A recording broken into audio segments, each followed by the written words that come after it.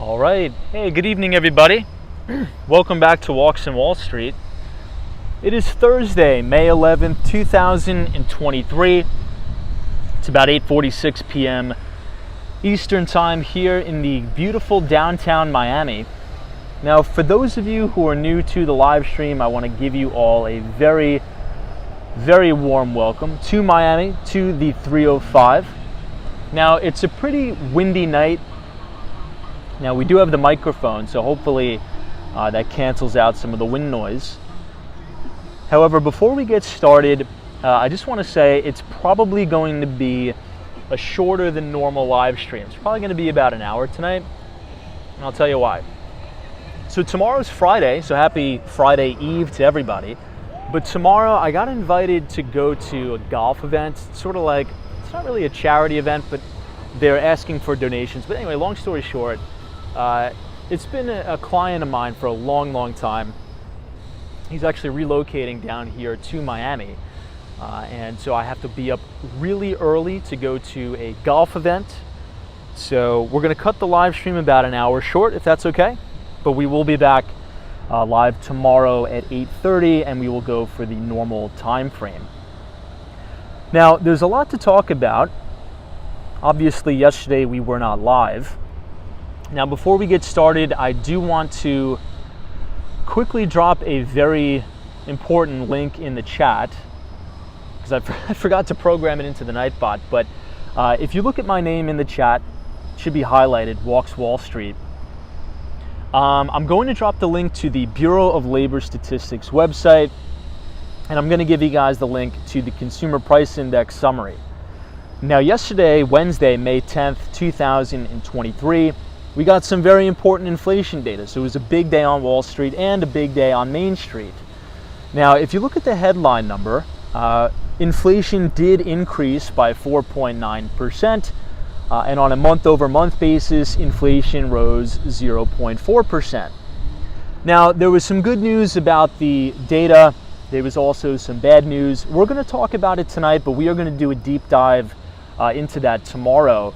If you have not gone to the Bureau of Labor Statistics website and looked at this report yourself, I would advise you to do that, because one of the things that's so important about the CPI report, especially nowadays that inflation is so high, is so elevated, is because this specific report and many others, right, like the PCE, which is another inflation gauge we'll talk about later, this data is used by the Federal Reserve in order to help them set their policy in relation to monetary policy. Okay, so last week was another very important week on Wall Street. It was the conclusion of the FOMC meeting. Okay, so the Federal Open Market Committee meeting concluded last week, and Fed Chairman Jerome Powell decided that they are going to raise interest rates by 25 basis points. Now that brought the federal funds rate to a range of 5% to 5.25%. And this is very important because this is essentially the cost of money, okay? We've talked about the bond market at length on this stream as it relates to corporate bonds or corporate debt, and also sovereign bonds and sovereign debt, right? Which is how governments finance themselves, right? So if you think about the bond market, if you think about interest rates, it's essentially the cost of money. And that is very important when you're talking about any type of economic activity and economic environment and a business environment, because if you are a corporation that employs people and you're thinking about expanding operations, well, you're probably going to do that with debt, right? You're going to finance that with debt. And now that we are not in the environment of zero interest rate policy anymore, well, it's probably going to be thinking pretty long and hard about, is this particular investment going to be worth it, right? I mean, would you rather take out a $100 million loan at 7%, or would you rather take out a $100 million loan at 2%, right? I think we all know the answer to that. So we'll talk about the inflation number tonight. I think we do have some breaking news, everybody. Now, it just came across my screen literally 5 minutes before I started this live stream. I think we have a brand new CEO of Twitter. So if you remember correctly, the moment that Elon Musk purchased the platform, right, the social media platform Twitter, it caused a lot of controversy. Everybody was up in arms, both on the right and on the left, by the way. And Elon Musk actually ran a Twitter poll asking the audience and the viewers of Twitter that do you think I should step down as CEO, or do you think I should continue running the company from the point of chief executive officer? Now, the vast majority of respondents to that Twitter poll essentially told Elon, look, you're causing too much controversy, you got to step aside, right? And I think it's kind of cool that we're seeing this play out in real time. And apparently Elon Musk respected the wishes of investors and also people like me and you, people who are watching this live stream, that voted on that poll too. So I think that's kind of unique that Elon Musk is now officially not the CEO of Twitter, and somebody else is. But again, this is a breaking news story, so I'm actually not sure who it is. Yeah, we'll talk about it. All right, let me go ahead and close up the laptop here, my friends, and we will get started, and I'll say hello to everybody in the chat. I see Brian is here. Tyree, good to see you. Dashcam, welcome. Teresa Diaz, NG, Troy Atman. British Gray, Richard Vogel, GGNYC, Troy Atman. Photos from around New York, good to see you. Sunshine after rain. Susan Wolin is here. Thank you for joining us. Jay Sully, Hawaii. Welcome everybody to the 305. Now, Miami is still pretty busy. I mean, I was sitting in traffic for a long time trying to get to downtown Miami this morning on my commute. And it still seems like there's quite a bit of people here from the Formula One event. I'm not sure if anybody in the chat or any viewers of Walks on Wall Street was able to make their way down to Southern Florida for that event. But I was looking at some Twitter posts, and oh my God, was that event expensive. You know, for ice cream, for bottled water, it was like $25. Now, granted, I guess allegedly it was serving 4 people. So if you looked at the menu, even though the prices were egregious, I mean, ice cream was $225, water was $25. Now again, it does technically serve 4 people, but I mean, that is just rip-off prices. Anyway, hey, Ryan Beck is here, good to see you. Everybody, for those of you who are new to the Miami live streams, what we're looking at right now, this is actually Brickell Key. So we are standing in downtown Miami right now. We are on the Miami Riverwalk. It is a gorgeous night out here in Miami. This is where a lot of the cargo ships come in and dock, as well as a lot of the cruise liners, right? So chances are, if you've ever taken a cruise from Miami, to the Bahamas or whatnot, you probably got on right there. But this is a gorgeous view. This massive building you're looking at right now is called the W Hotel and Tower, which is an amazing property right on the water. Again, hotel and residences. I was actually looking at some of the prices for the hotels there. It's about $350 a night. And in comparison to New York prices, that's really, really cheap. I mean, it's still ridiculously expensive, but pretty cheap compared to New York. Hey, Justin S is here. Says good evening, everybody. My good friend Cindy Foley is here. UniJ23, welcome. Yeah, Ryan Beck says that's reasonable. Definitely a lot cheaper than South Beach, that's for sure. Now, here's another major development here in Miami, and this is kind of a good segue because we're going to talk about interest rates tonight. This is the brand new Aston Martin building, everybody. And this is the newest. If you think about our New York City live streams, oftentimes we start off the stream right on 57th Street. That is New York City's Billionaires Row. Well, we're starting to have a little bit of a Billionaires Row scattered here in Southern Florida. This is definitely one of those buildings. Now, it's not even completed yet, okay?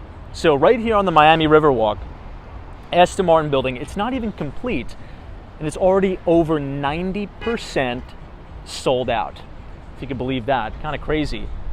Now, if you see this barge, I'll quickly show you. What they're doing, I think is they're dredging the bottom, I guess you can call this, what is this, the bay? They're dredging the bottom of it because select units of the Aston Martin building, you'll actually be able to pull up in your yacht. You don't have to park your car. You could just pull up on your boat, on your yacht. You could dock it and then go right up into your apartment. So I think what they're doing right now is actually dredging that to make it a little bit deeper, a little bit wider. Now, another good thing is that you see how all the construction is here, it's all roped off. Well, they're actually going to be extending the Miami Riverwalk, so you'll be able to go all the way around the back of the Aston Martin building and come out on the other side by the JW Marriott. Now, I was about to say the JW Marriott Essex House, but no, that is in New York. We have to adjust to the Miami, Florida here. And this is, I think, a nightclub, very famous. Always a lot of people here. Hey, Gary Carpenter is here. Welcome. Good to see you. Said TV says it's the Miami River. Thank you so much for that. Appreciate it. Mike Alton says, good evening, everybody. What's up, Mike? Photos from around New York says, all right, let's pull our cash together and buy out the last 10%. I'm down. Now, if you think about Billionaires Row in Miami, it's technically in Sunny Isles Beach, Florida. I'm not sure if we're going to have enough time tonight to walk towards the old FTX arena. Now, FTX turned out to be a big fraud, right? The Sam Bankman-Fried, massive fraudulent operation. I'm not sure who took over the name on the arena, but I know somebody did. Does anybody know? Maybe some local Miami residents here. But I'm not sure who the new sponsor is in Miami. But anyway, I'm not sure if we're going to make it over there tonight. There's another really ultra luxury building over that way, which is actually adjacent to the arena, and that's the 1000 Museum building. I believe the architect was Zaha Hadid. Unbelievable building, just breathtaking views, looking over the bay, looking over the arena, just an unbelievable property. But a lot of the other massive Billionaires Row sort of developments are actually happening a little bit further north in a town called Sunny Isles Beach, Florida, which is right across the intercoastal there from North Miami Beach. And I believe you have, what is it called? The Porsche Design Tower up there. You also have the Bentley Design Tower, which is going up right now. But before I started the stream, guys, check this out. This is total news to me. You see this? This says Hell's Kitchen. Now, no, it's not the Hell's Kitchen in Manhattan where we were walking just 2 nights ago. But this is going to be a grand opening of Gordon Ramsay's brand new restaurant. I had no idea it was opening. I just walked past it today. So it's opening in the summer of 2023. I guess that's in a couple months. So maybe if I have the time, I'll come check it out. But Gordon Ramsay's new restaurant is going to be right here. I'll try to give you guys a view of the inside. So Gordon Ramsay's Hell's Kitchen. Let me put the camera over here so you guys can see inside.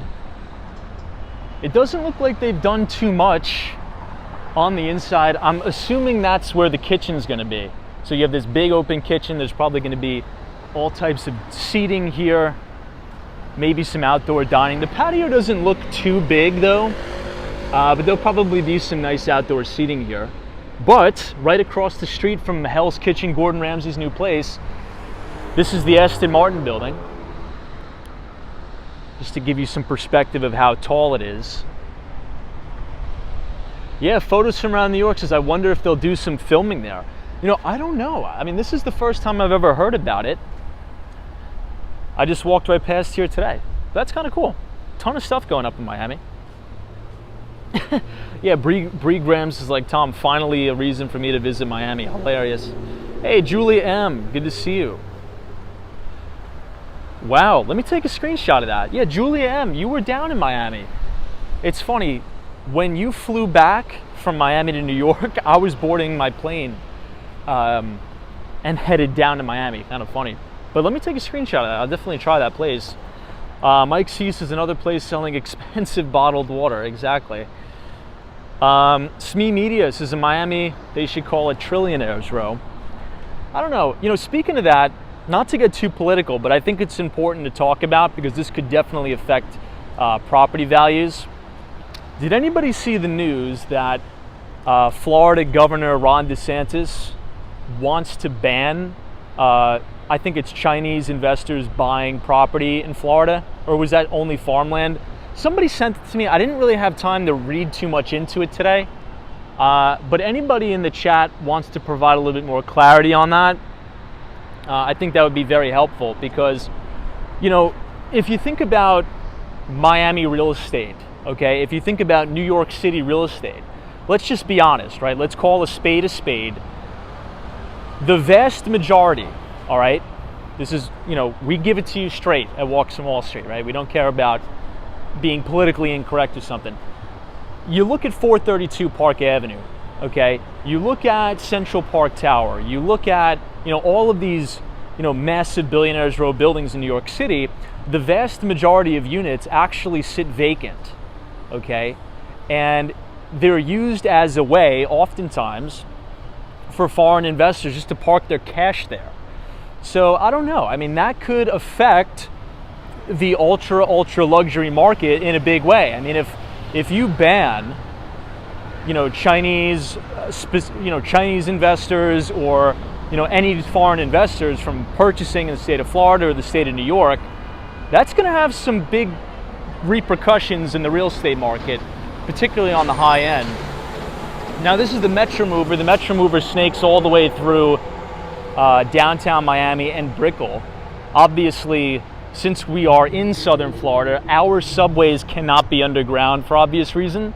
You know, it's pretty much, we're living at sea level, living underwater.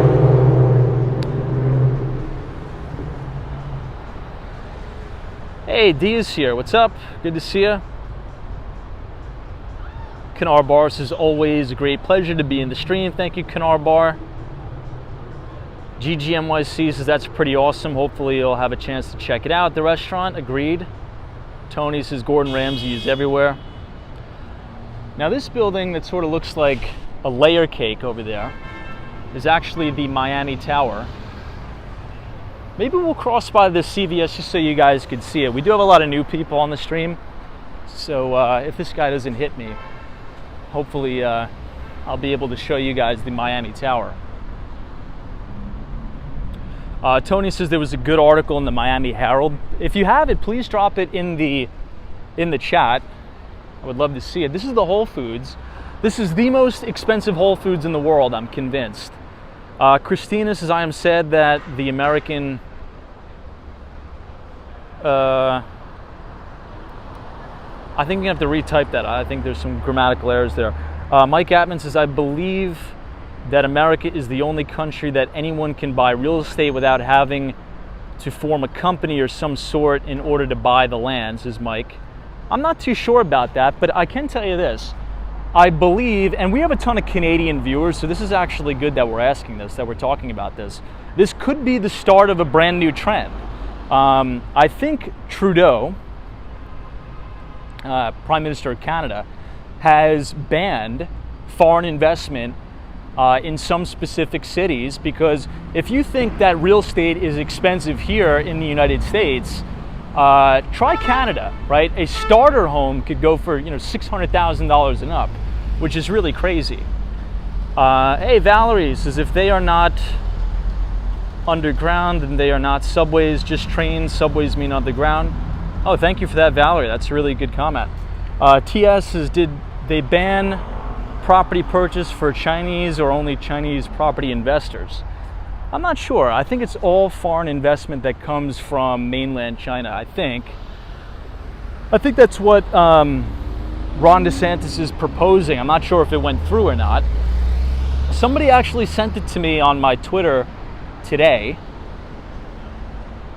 I didn't have enough time to look at it though. Mike C says, especially Vancouver is extremely expensive. Christina says, Miami Tower is where Gloria... Oh, wow, I didn't know that. Interesting. Meep is here. Airline POV says, hey, Tom, where did you go to college?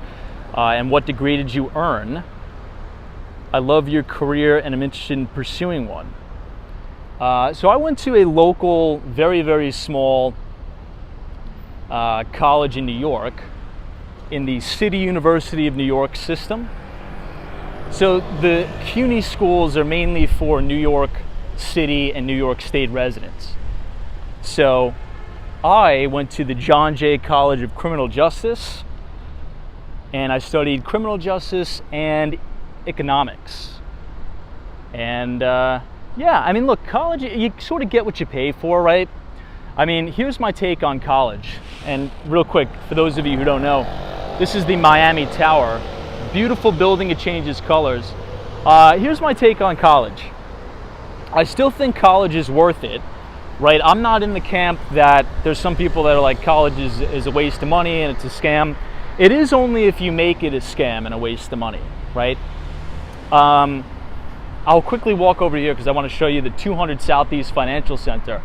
This is actually the home of Citadel Securities. Now Citadel, which is Ken Griffin's company, left Illinois, right? They left Chicago, they're here in downtown Miami. My office used to be here in the WeWork building, but Citadel Securities bought out WeWork and now they have the whole 20th floor here at the 200 Southeast Financial Center. So looking forward to Citadel's expansion here. But look, my view is if you can't get into like a very prestigious Ivy League school, then I would just settle on what's the cheapest, right? Because if you think about it, if you go to a public school and you're taking, let's say, English 101, do you think English 101 is different than if you go to like a Harvard, or if you go to a private school that's going to cost you 70 grand a year? I don't know. I don't think you're going to get a better or worse education. So if you can get into the Ivy Leagues or like a top 50 school, I would do it for the networking opportunities, and it's going to really give you a nice foot in the door to a lot of lucrative career opportunities. But if you can't get into the top 50s or the Ivy Leagues, I think you'll be just fine with going to a public college, getting a decent education. I think you'll turn out fine. I think where a lot of people go wrong is they take on ridiculous amounts of student debt. And if you could avoid going into debt at all costs, I think you'll turn out all right. Ryan Beck says, I think the real value of an Ivy League school is what you just said, the network. Yeah, absolutely. You know, and it's just the prestige of an Ivy League school and also the people that you're around, right? You think about the students who get into these Ivy League institutions, they're not only the smartest kids from the United States, these are the smartest kids in the world, right? So that is another amazing thing about the United States of America. And we're going to talk about the stock market in a moment. Now, somebody ran a Twitter poll saying, you know, are you bullish on America over the next 20 years? And the results were actually mixed. There was a lot of mixed results. A lot of people are actually very bearish on the United States. But I couldn't be more bullish on America, right? It's I think the United States is in a very unique position because of exactly what we're talking about, right? If you think about educational institutions, we're essentially a brain drain to the rest of the world, right? Nobody really says, hey, I want to, you know, go open up a business in China or something like that. It's always, I want to come to the United States and open up a business. So I think in that aspect, the United States has a one-up on most people. I feel like we've been at this red light for 20 minutes, so I guess we'll just walk down this way. So yeah, I mean, if you think about the Ivy League institutions, you have, in essence, a automatic brain drain from the rest of the world. You know, the smartest kids from all over the world, you know, apply to these prestigious colleges, and then after university, they apply to all of our companies here in the United States. So I'm very bullish on the United States. The RT440 says, Tom, I would think you would rather prefer a private school rather than a government subsidized state school. Based on your philosophy and political views, don't you consider private schools socialism? I don't consider private schools socialism. Or do you mean public schools socialism? I think you meant, do you think public schools are socialism? I don't. I think there's good reason to have good public institutions. And I think there's a very high correlation between having good public schools and success of the populace. Now, I will say this. The reason why private schools, or I should say college in general in the United States is so expensive is because of the government, right? It's because of big government. And we've talked about this before. The only reason colleges are so expensive in the United States is because the government subsidizes all of the student loans. And essentially what that means, hold on, we'll wait till that guy goes a little bit. Essentially what that means is you could walk into a loan office and get approved for any amount you want just because you're going to college, right? Just because you're going to school, right? If you walk into a car dealership, they check your income verification, they check your credit score, you know, they do, you know, like a 30,000 point check on your life in order to lend you the money. It's not like that with colleges, right? If just because you're going to college and let's say if you want to major in something ridiculous, you know, like basket weaving, and it's going to cost you $200,000, the government will guarantee you that loan. So this actually gives the incentives of colleges to raise prices, not to lower prices, because there's no competition, right? The reason why you have low prices is because of competition. But if there's no competition, prices, and actually colleges are incentivized to raise prices, because if I know my customers are always going to be able to afford my product, right? And I'm using afford in air quotes. When I mean afford, it's get the money from in the form of a loan. Why would I lower prices? If anything, I'm going to raise prices every year. I'm going to build, you know, fancy gymnasiums. I'm going to build, you know, ridiculous swimming pools and all these cafeterias. And that's why colleges, a lot of them, are sort of like adult playgrounds, right? So I think the biggest issue in the United States, because college is ridiculously expensive in the US, I think a big part of the reason why is because the government is in the business of subsidizing these student loans. I think the government should get out of that business, and then we'll actually have some price discovery in the education space. But I don't know, that's my opinion. There's a lot of differing opinions. Doesn't mean I'm right? Just because I have an opinion doesn't mean I'm right about it. All right, one more shot of City National Bank or the Miami Tower. It's right next to the Hyatt Regency, by the way. And then we are going to take the bridge over to Brickell. So once we walk over this bridge, we are going to be in the financial district. So you have Bank of America. All of the major financial institutions are right across the water there. And once we're on the bridge, we're actually going to have a pretty nice view as well. So let's go ahead and do that. Let me catch up on some of the comments. Quim is here, says the Miami Tower always gives me the Miami Vice vibes. I haven't seen Miami Vice, but I'm going to take your word for it. I think it's a beautiful, beautiful tower here. That's one of the things I love about Miami the most. It's a very colorful city, right? Now, speaking of color, the Aston Martin building, which is right here, allegedly is supposed to glow bright white, kind of like this building. So could you imagine getting a really nice aerial shot of the city of Miami? I mean, this place is going to be lit up like a Christmas tree. Joan K says, beautiful view, Tom. Good to see you. Charles D says, nope, it's too late to move backwards in school costs. Dan says, anybody have gone buying gold lately? Well, gold is still trading near all-time record highs. What is the price of gold at right now? I think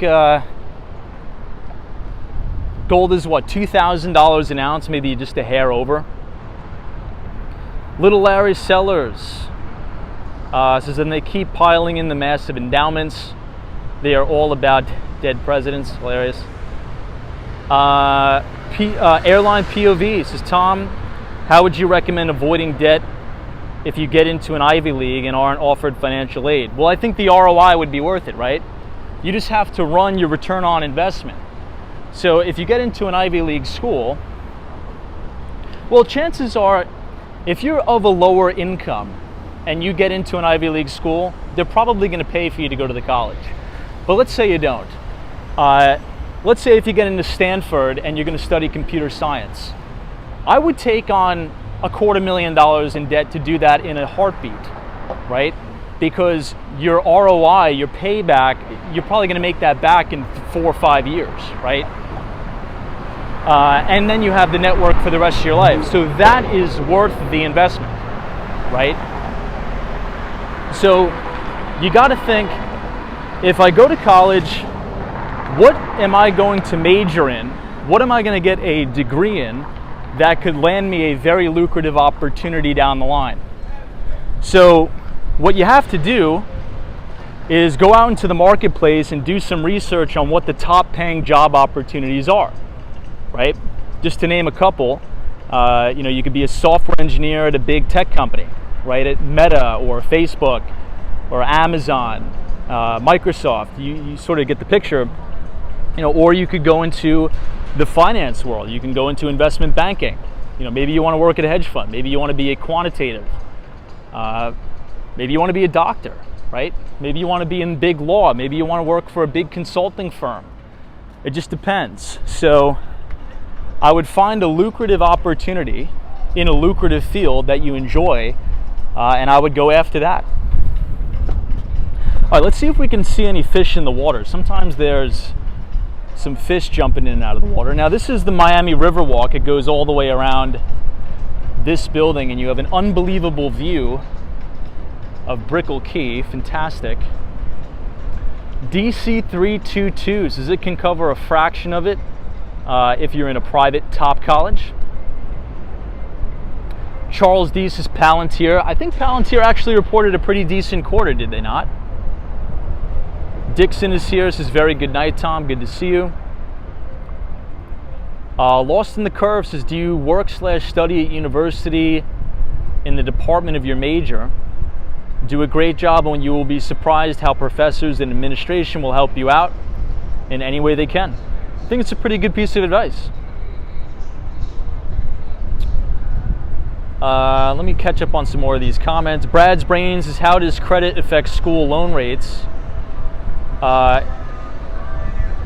Is it like mortgages? We're now good and bad. I'm not too sure, actually, Brad's Brain, to be honest. Hold on, I'm just trying to fix my chat.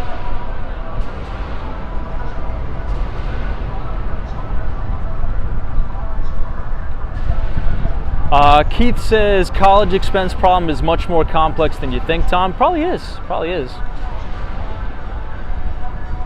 All right, well, it looks like the bridge is going to go up here. So hopefully we'll actually be able to see one of these massive boats come by. I guess we'll just sit here and wait for the drawbridge to go up. And while we do that, we got to talk about the CPI report a little bit. Now, we're going to do a deep dive tomorrow night, because again, this is going to be a shortened live stream. But I think it's important to notice the main two things from this report, right? So inflation technically is easing a little bit, but we do have one specific category that is becoming very, very pesky and ingrained into, I should say, the economy. And that is shelter costs. I think shelter costs were up, 0.4% on a month-over-month basis, and year-over-year shelter costs were up 8.1%. Now you guys are going to see the drawbridge come up here. This is pretty interesting. Well, let me stand back a little bit so you guys can see it.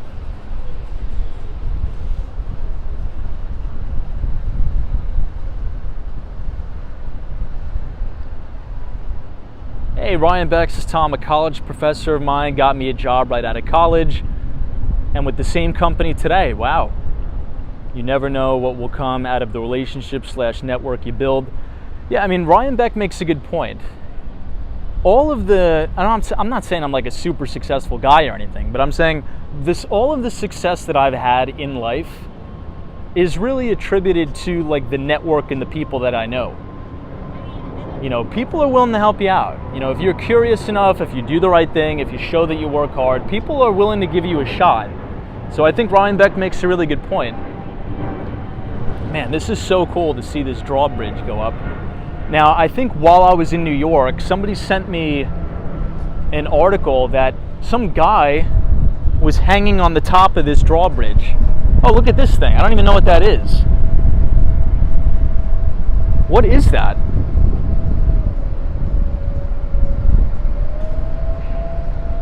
What the heck is that? Anybody have any idea in the chat what that thing was? Oh, DC32 sees his floating billboard. Maybe Mike sees his video display. Well, that's the first time I've seen that, guys, so pretty interesting. And you see all the foot traffic is backed up on the bridge too. Yeah, Miami is a cool city. I mean, a lot of people, you know, hate on Miami, but I think you guys got to give it a try. You know, if you ever visit downtown Miami and Brickell, it's just so unique. It's a lot different than New York. It's a very futuristic city. Very, very futuristic.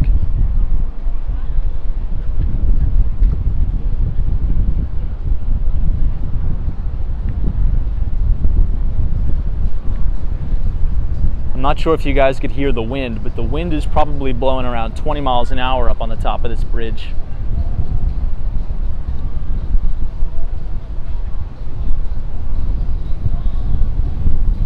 Hey, Austin City Limits, welcome. Now, once the drawbridge goes down, we'll talk about shelter costs, right? Because in my opinion, anytime we talk about inflation, let's say if I was the Fed chair, right? Let's say if I was the chairman of the Federal Reserve. My main concerns, and again, this is my opinion, it doesn't mean I'm right, but my main concern would be three things. Number one would be shelter, right? The cost of shelter. Number two would be the cost of food. And number three would be the cost of energy. Now, if you think about the inflation reports, the Federal Reserve actually puts more credence and more weight on something that's called core CPI. And core CPI excludes volatile food and energy, but in my view, I think that's a lot more important than many of the other factors within the CPI report. And the reason why I say that is this. If you think about, I believe, and again, maybe I'm wrong, if you took a poll if you sent out a poll to every household in America and you said list the top 5 things that you spend the most money on, I guarantee you 3 of those things would be shelter costs, food, or energy, right? You got to have a place to live, you got to pay your rent, you got to pay your mortgage if you own a piece of property, right? And then you got to feed your family, and then you got to put gas in your car. Oh, here we go.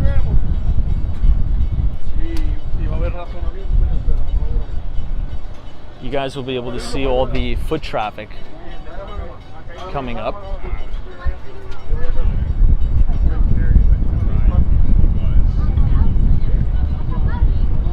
I like that guy's Messi jersey. Love that.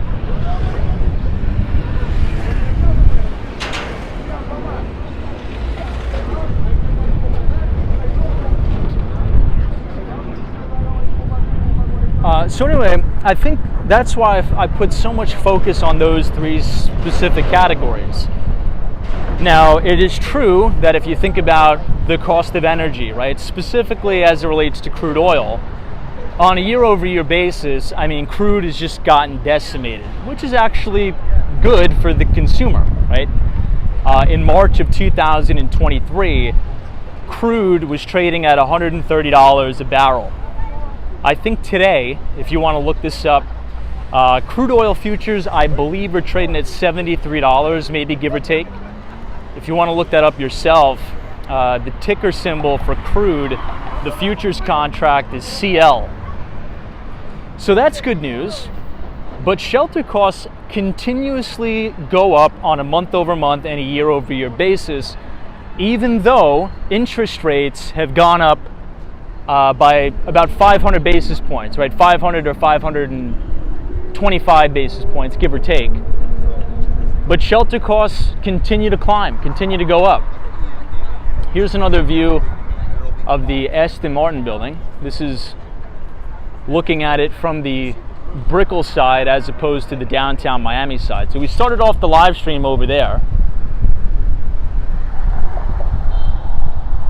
Brad's Brain says the CPI number is also a manipulation since December. Since it now only goes back 12 months, not 24 as it used to be, the books are cooked. Yeah, I mean, so here's I'll give you guys some anecdotal data. I'm going to try to work through this as fast as possible because I do have to cut it short. So I was looking at some of the recent sale prices here in Miami, right? We talk about New York City real estate a lot, and now I think it's appropriate to talk about Miami real estate since we're here. You guys aren't going to believe this, okay? I tweeted this earlier today. If you want to follow me on Twitter so we can connect, you could follow @WalksWallStreet.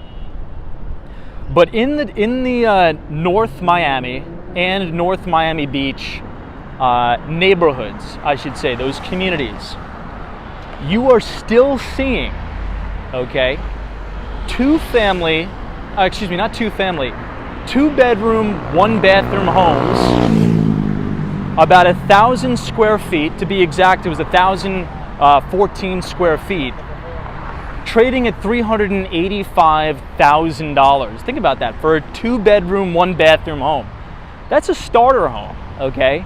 So if we're living in an environment where a starter home in Southern Florida, specifically the Miami market, right? If you want to live in a neighborhood that is safe, has good schools, 2-bedroom, 1-bathroom is just traded, I think it closed May 1st, traded for $385,000. Now, additionally, 3-bedroom, 2-bathroom, granted the home was totally renovated, totally remodeled, essentially turnkey property, right? About 1,600 square foot, you're looking at $500,000, right? Maybe a little bit more depending on if you get a prime spot on a dead-end street. That's pretty significant. So it's no surprise that if you look at that CPI report, shelter costs are going up on a month-over-month and year-over-year basis. And I know real estate is very unique in and of itself because the markets, the specific markets, is really what makes the prices relevant to you, right? So there may be specific markets in the United States that are getting crushed, specifically San Francisco, right? If you look at property values on a month-over-month and year-over-year basis there, you're seeing substantial price declines. But in places like New York City and in Miami, Florida, you're not seeing that. You're actually seeing prices hold pretty steady and actually go up. So it's all about the location, obviously, but generally speaking, this is where people want to live, right? A lot of people have moved to Southern Florida. A lot of people have moved to New York. So my question to you guys is this. Think about your market, your local market. Maybe you're watching this from upstate New York. Maybe you're watching this live stream from Texas. Let me know in the chat what you guys are seeing. What is a starter home going for in your community? How many square foot is that? Are you talking, 1,600 square feet for a 4-bedroom, 2-bath? Are prices starting to go down? Is demand starting to cool a little bit? I don't know, what are you guys seeing in your neighborhoods? Because here, it's still a little crazy. It's cooling a little bit in relation to sales transactions, right? The amount of transactions have cooled a little bit. But if you look at the prices that these particular properties are trading at, they're still trading at, very, very elevated valuations, especially when you compare it to 2019 prices.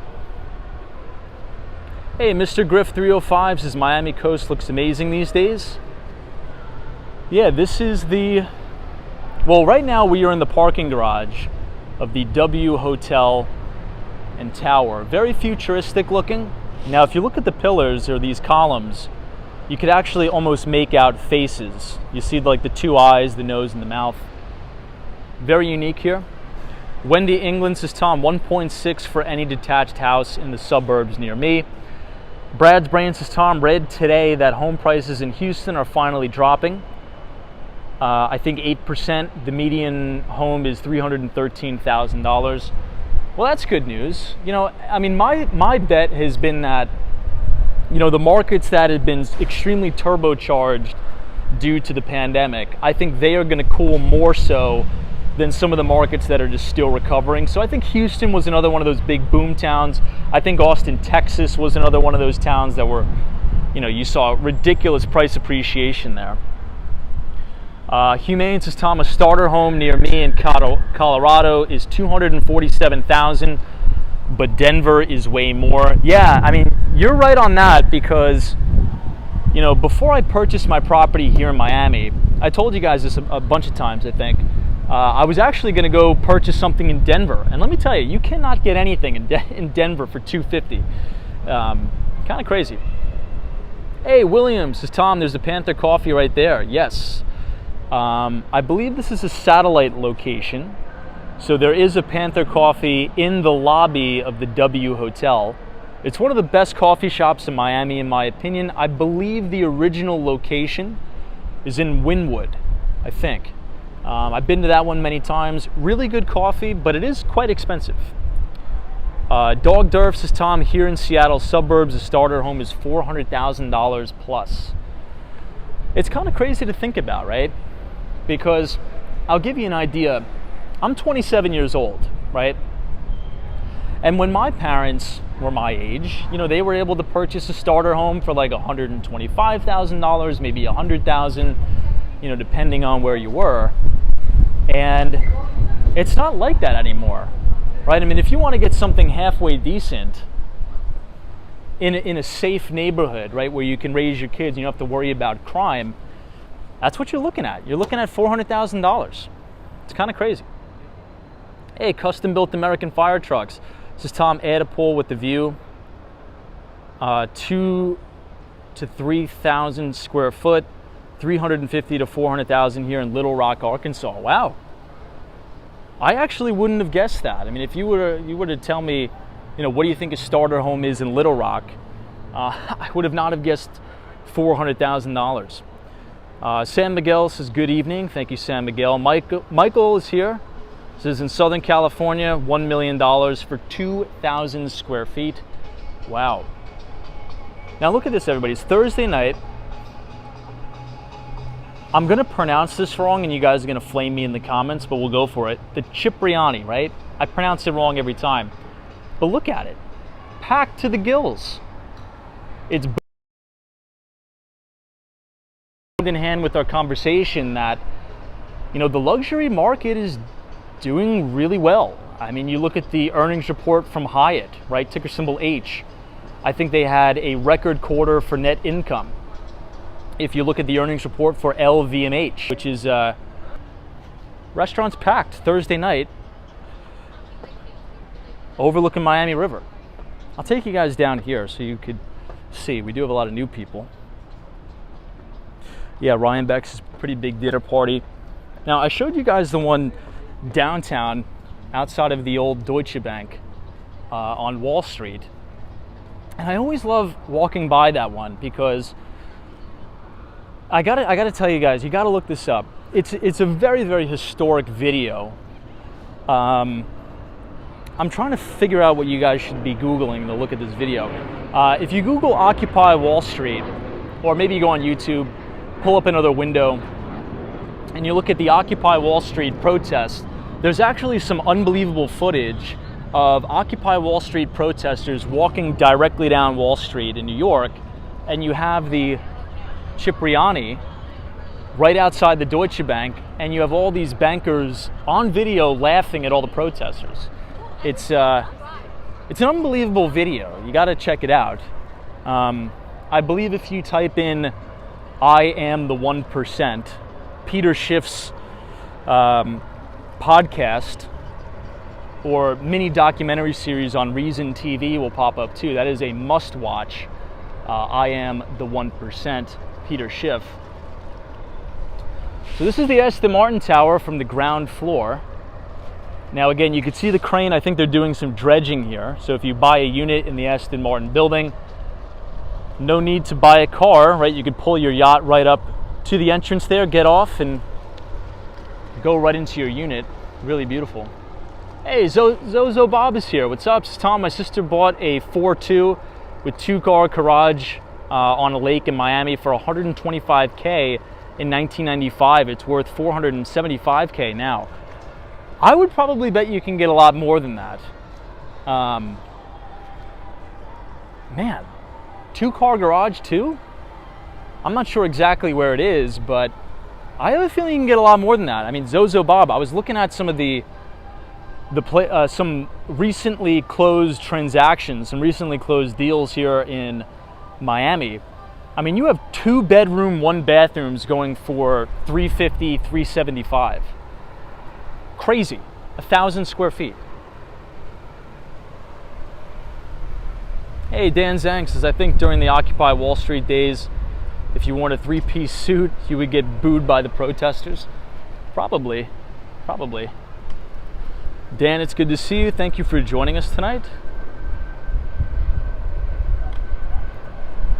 Take a walk here so you guys can see some of the boats. So this is the drawbridge that we literally just walked over.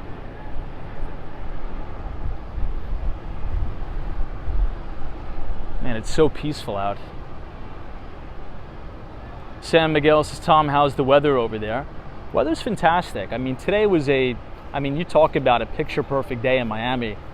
86 degrees, bright blue skies, not a cloud in the sky. It was unbelievable weather today. Yeah, so the LT Prod says Celsius had a great quarter too. Yeah, I saw that. So I think Celsius is the energy drink company we were talking about, right? I think they have a big distribution agreement with Pepsi, I believe.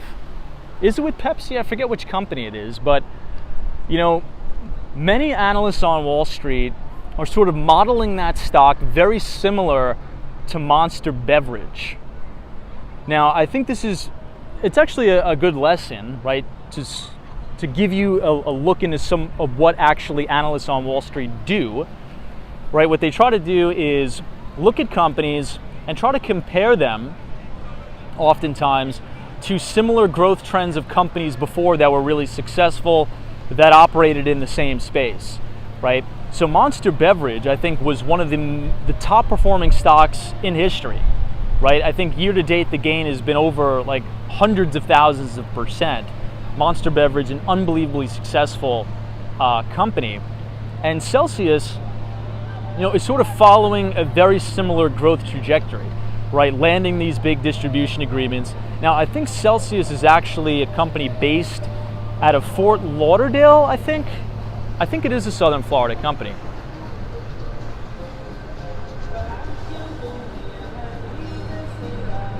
Ryan Beck says, I've seen that documentary. The people laughing were guests that were at a party and weren't actually employees, just bad optics.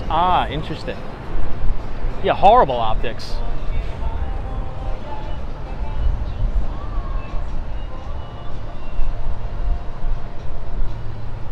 All right, let's head back. Over here you can see Brickell Key. Hey, Allison says, hey Tom, welcome back to Miami. Thanks for introducing me to Brickell. I love it. 242 Freeport is in the house. Good to see you. It's a bit windy over here tonight.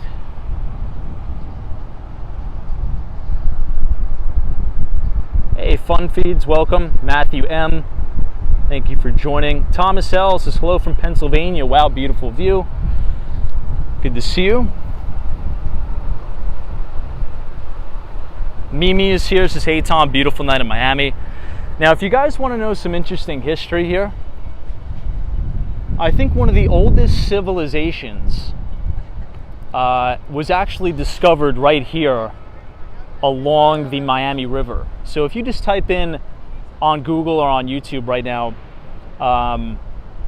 just Miami, Florida construction site, ancient civilization, you got to watch that YouTube video. It's unbelievable. I think it's one of the oldest civilizations ever discovered. They said it's older than the pyramids in Egypt, and it's right here, which is, it's just crazy. It's crazy. You guys got to watch the video. They had archaeologists come in from the University of Miami, and one of the things they're trying to do is preserve a lot of the artifacts here, but the developers of these buildings, right, because Miami is like a boom town right now. You have all of these luxury apartments going up everywhere. They want to get the job done and they want to build this building, but there's so many ancient artifacts on that site that there's many historical societies and historical agencies that are trying to slow the process of the construction so they could, gain as much insight and as much knowledge as possible into this ancient civilization. It's really unbelievable. Once again, this is the Miami Riverwalk. Notice how clean everything is too. That's one of the things I love the most about Miami, particularly in downtown Miami and Brickell. It's so clean. I don't know how they'd possibly keep it this clean. You never, or just very rarely, see garbage on the floor. Really, nobody litters. Really, really nice. Zozo Bob, the Tequesta, I believe they're called. Indians lived on the banks of Miami River for thousands of years. It's unbelievable stuff. Really unbelievable.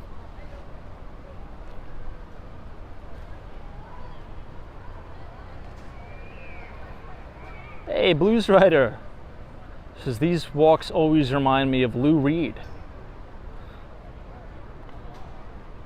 Thank you, Blues Rider. Hopefully you're well.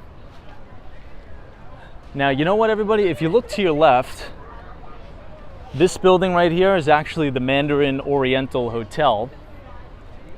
And my good friend John Najarian,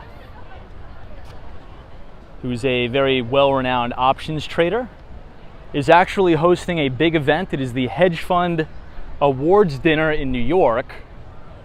right now as we speak in the Mandarin Oriental, which in New York, it's located in the Deutsche Bank Tower, formerly known as the Time Warner Center. It's the hedge fund dinner, big hedge fund award is going on right now. The sponsor, I believe, is Citadel Securities, which they are located right next to Citibank, the 200 Southeast Financial Center. They've officially moved down here to Miami from Chicago. But the Mandarin Oriental Miami is right here. Now, the only way to get to Brickell Key, it's a little bit inconvenient.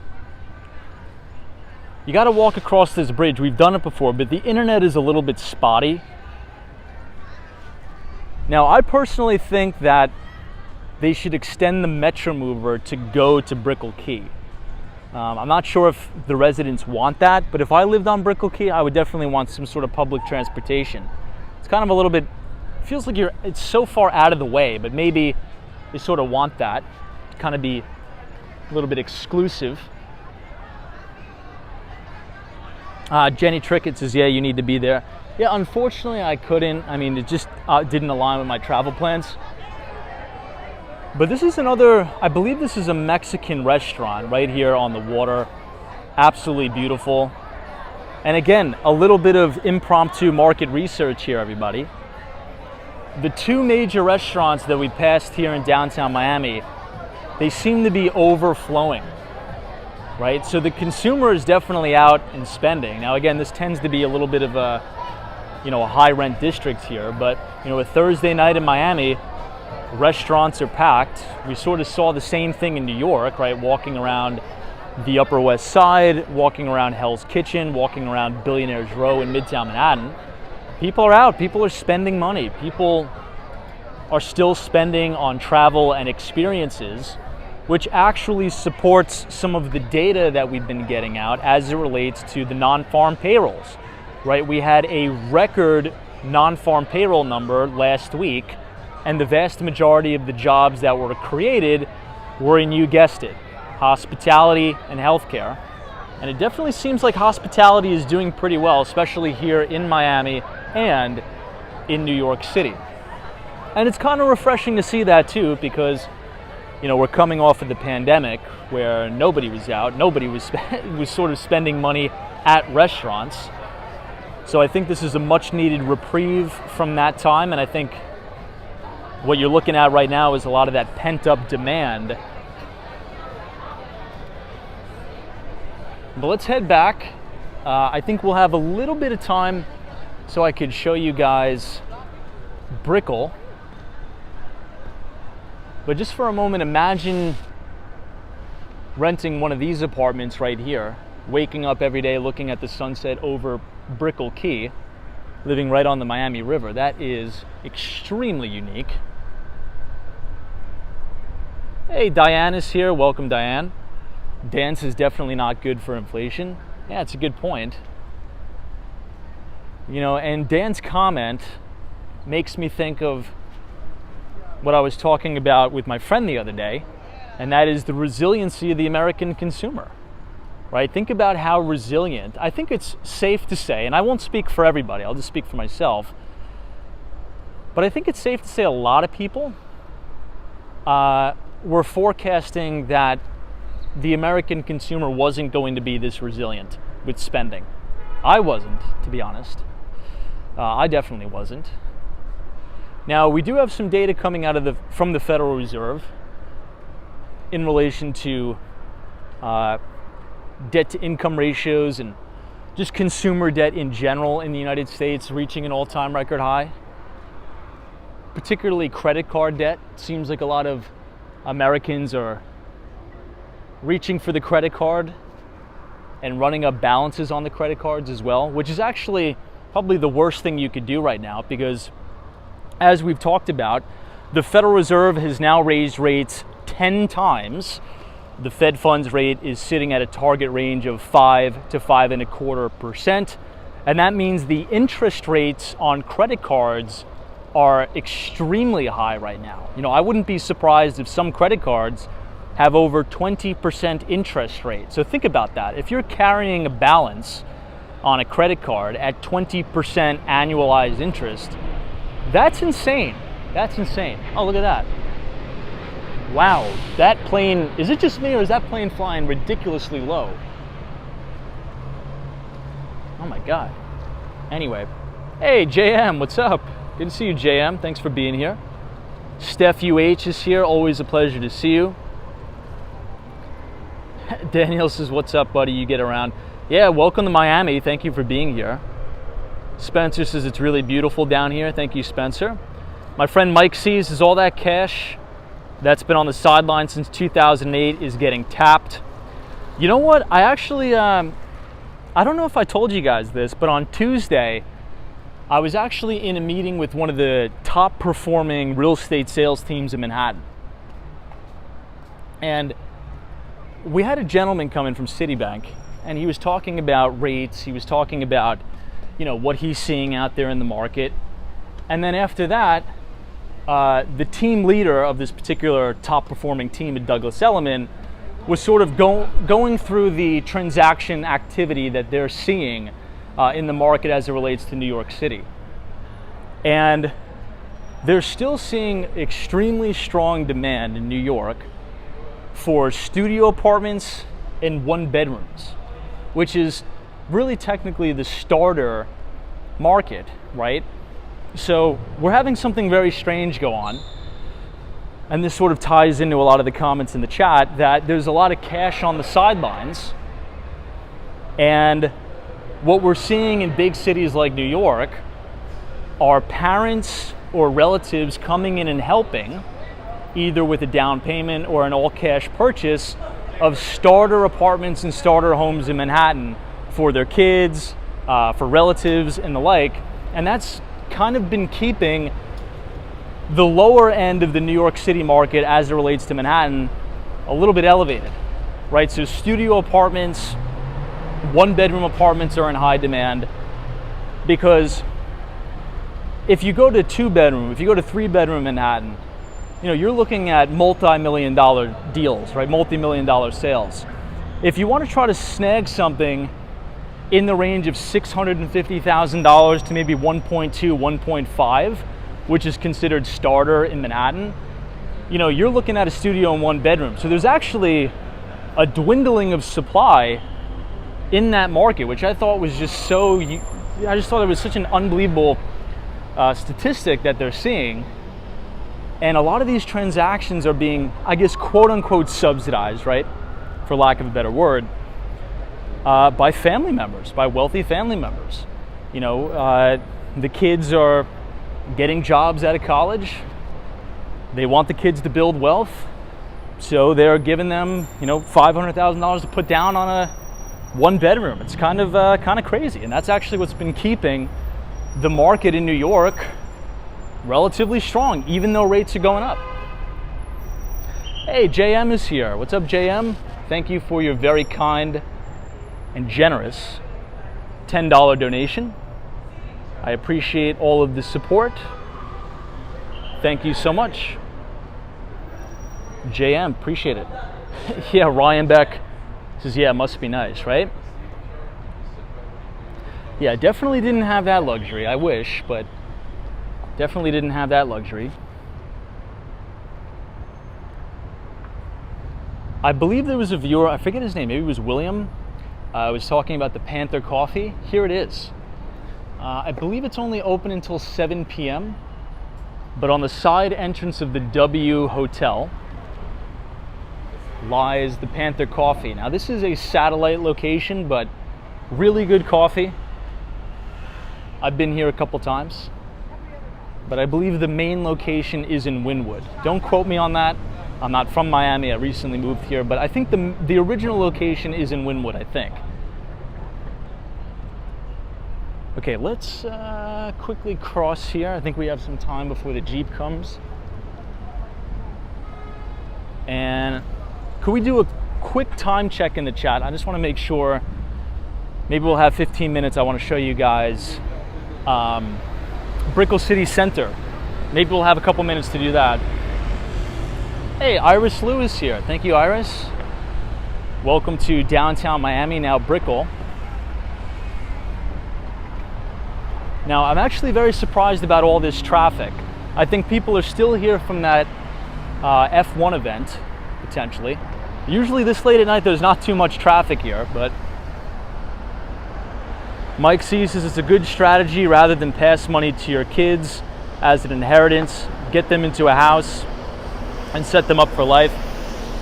I would agree. Oh, let's get away from this.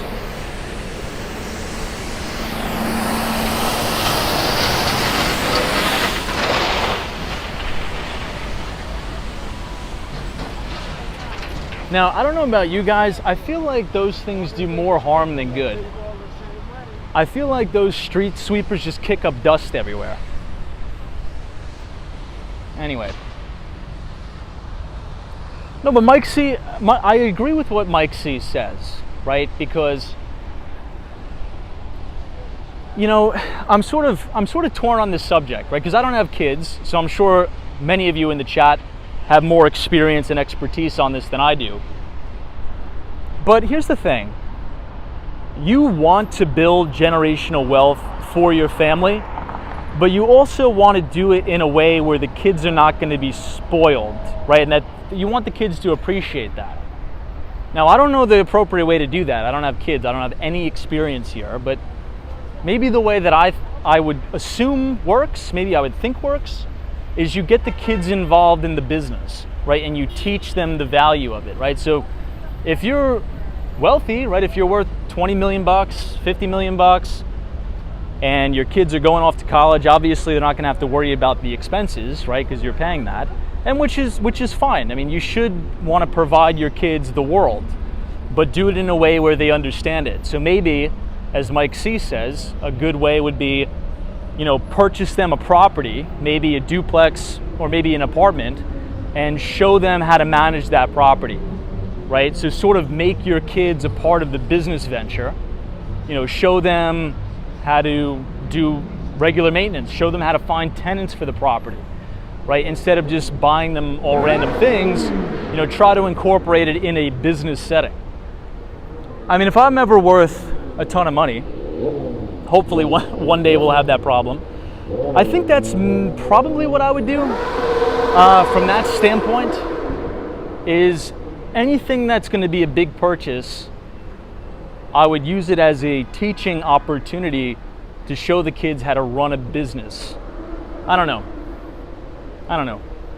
Hey, William says, yes, Tom, as far as I know, they were in Wynwood, right next to Koyo Taco, and up the street from Salty Onuts, my Wynwood Holy Trinity. Wow. Dude, Wynwood is so unique. It is like the most happening area in Miami. Unfortunately, for whatever reason, the internet is so horrible there. I've been trying to do live streams there since I moved here in 2020? I don't even know when I moved here. Let me think. Yeah, 2020, or maybe 2021. Anyway, ever since the pandemic happened, time has like warped. I don't even know what day it is. Anyway, Wynwood is so cool. If you guys have not been to Miami, you have to spend, and you do come here, you have to spend a day, at least 2 days, walking around Wynwood, just seeing all of the unique murals on the wall. It is so cool. It sort of has a Soho type vibe, but tropical. That's the only way I could explain it. It's an awesome place.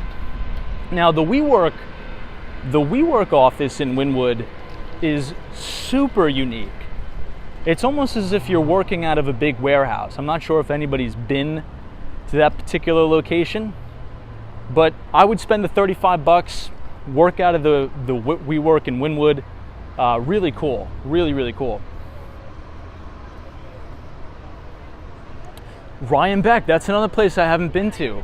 Ryan Beck's like, Tom, have you been to Joe's Stone Crab? I have not yet. But you know what I heard about that place? I hear it's like crazy expensive, like ridiculously overpriced. James says, Tom, do you live in New York City and Miami? I do. Gary Carpenter says 50 mil, love to have that much. Wouldn't we all? Fun feeds is one of my teachers at NYU made her 6-year-old daughter answer phones as a receptionist. That's a really good way. That's a really good way too. Show your kids how to work the phones, right? I mean, I think that's really the only way to show them the value of money, right? Because one of the fun things about starting with no money is the journey of accumulating it, like making those connections, building that network from scratch, right? But if you come from a wealthy family, you know, your family's chances are already very well connected, right? So you have those connections. So you don't have the fun of being scrappy and going out and doing it yourself. So I think it's important that if you do come from big money, you just involve your kids in the business. Like, the kids are the business. I don't know, maybe I'm wrong. I don't have kids, but. Okay, guys, we are now standing right in front of Brickell City Centre. You have amazing views of the City National Bank building, where we just were. But if you guys are enjoying the live stream so far tonight, feel free to leave a like on the video. Click the subscribe button if you're new. We do these live streams usually every day, starting at 8:30 p.m. Eastern, between New York City and Miami. Oh, here we have the Metro Mover going by. Now, if Zozo Bob is still in the chat, what is the other train here in Miami, not the Metro Mover? Is it the Bright Line? I always get the two confused. The big track right here. I know that's not the Bright Line, it's something else, but I forget. Any Miamians in the chat? There's 3 trains and I always mix them up. The only one I get right is the Metro Mover. Metro Rail, that's it, Zozo Bob, thank you.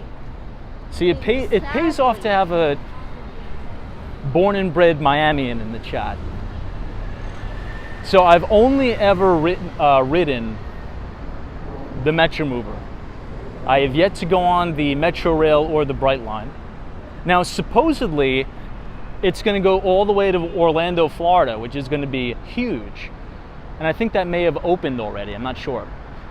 Speaking of WeWork, everybody, you are now looking at Brickell City Centre, home to WeWork as well as KPMG, major consulting firm. And I believe one of the bars on this strip right here is one of the oldest bars in the United States.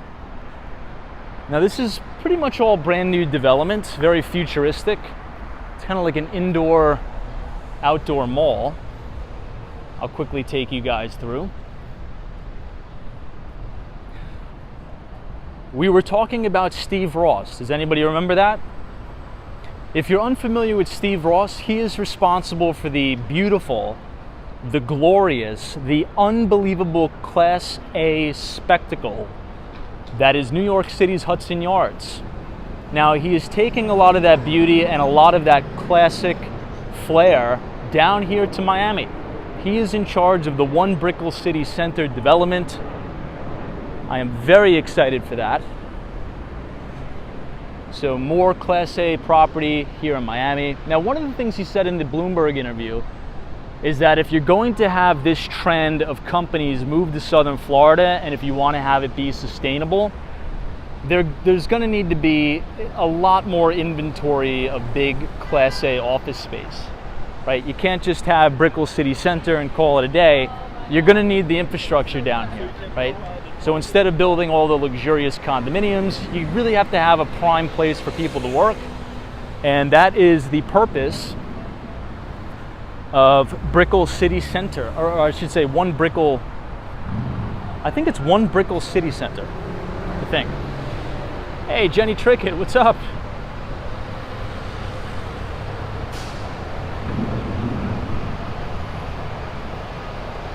Hey, Rachel Abreu says the Metro Rail takes you from Dadeland Mall to the Miami International Airport. Let me take a screenshot of that, actually.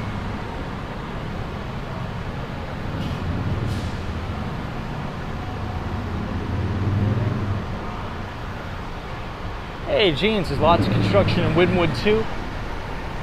There is. All right, let's take a quick lap.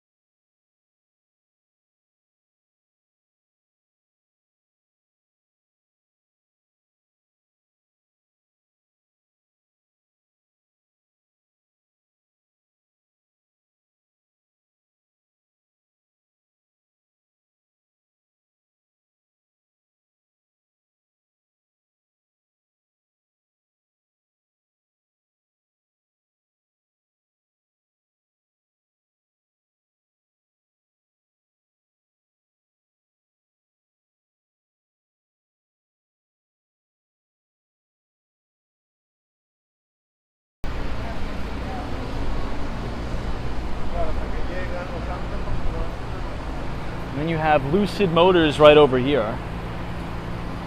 This company went public via SPAC, Special Purpose Acquisition Company.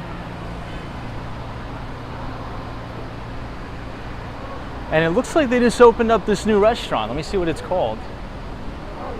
This used to be vacant space the last time we walked through here. It looks like a restaurant is probably just opening up.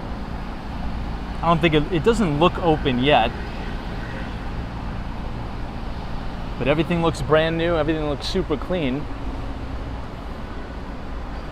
Yeah, look at this. They still have all the chairs wrapped up here. The Henry is the restaurant.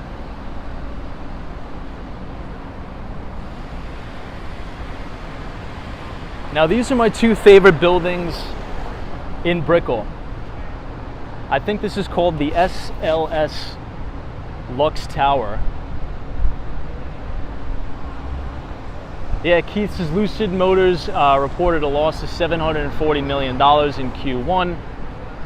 I think there's some crazy stat out there, Keith, that over 90% of all the SPACs that went public during the pandemic are down 90%.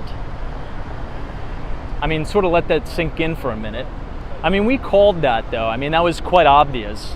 I mean, anybody who really has just bare bones, background in finance, looking at all of these deals that were done during COVID, the SPACs, I would even go as far to say that a lot of those deals were fraudulent. That's just me.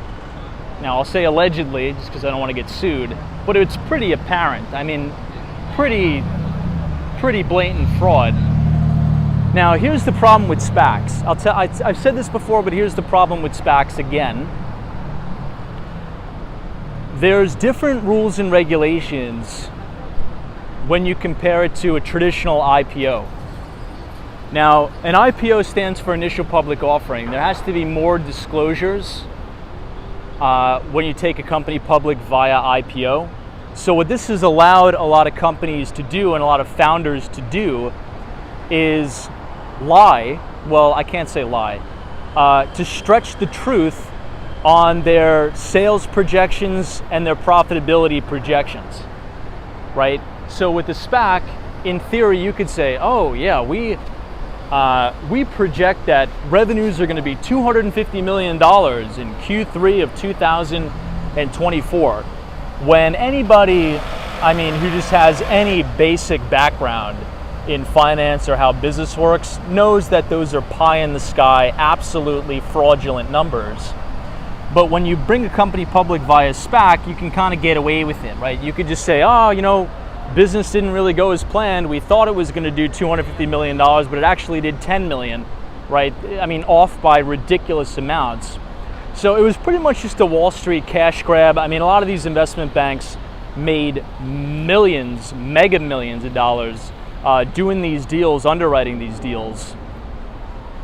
So yeah, I would stay away from a lot of the SPACs. Now, there's some deals that are SPACs that aren't just ridiculous, but the vast majority of them are absolutely ridiculous, and that bubble has popped. The SPAC bubble has absolutely popped,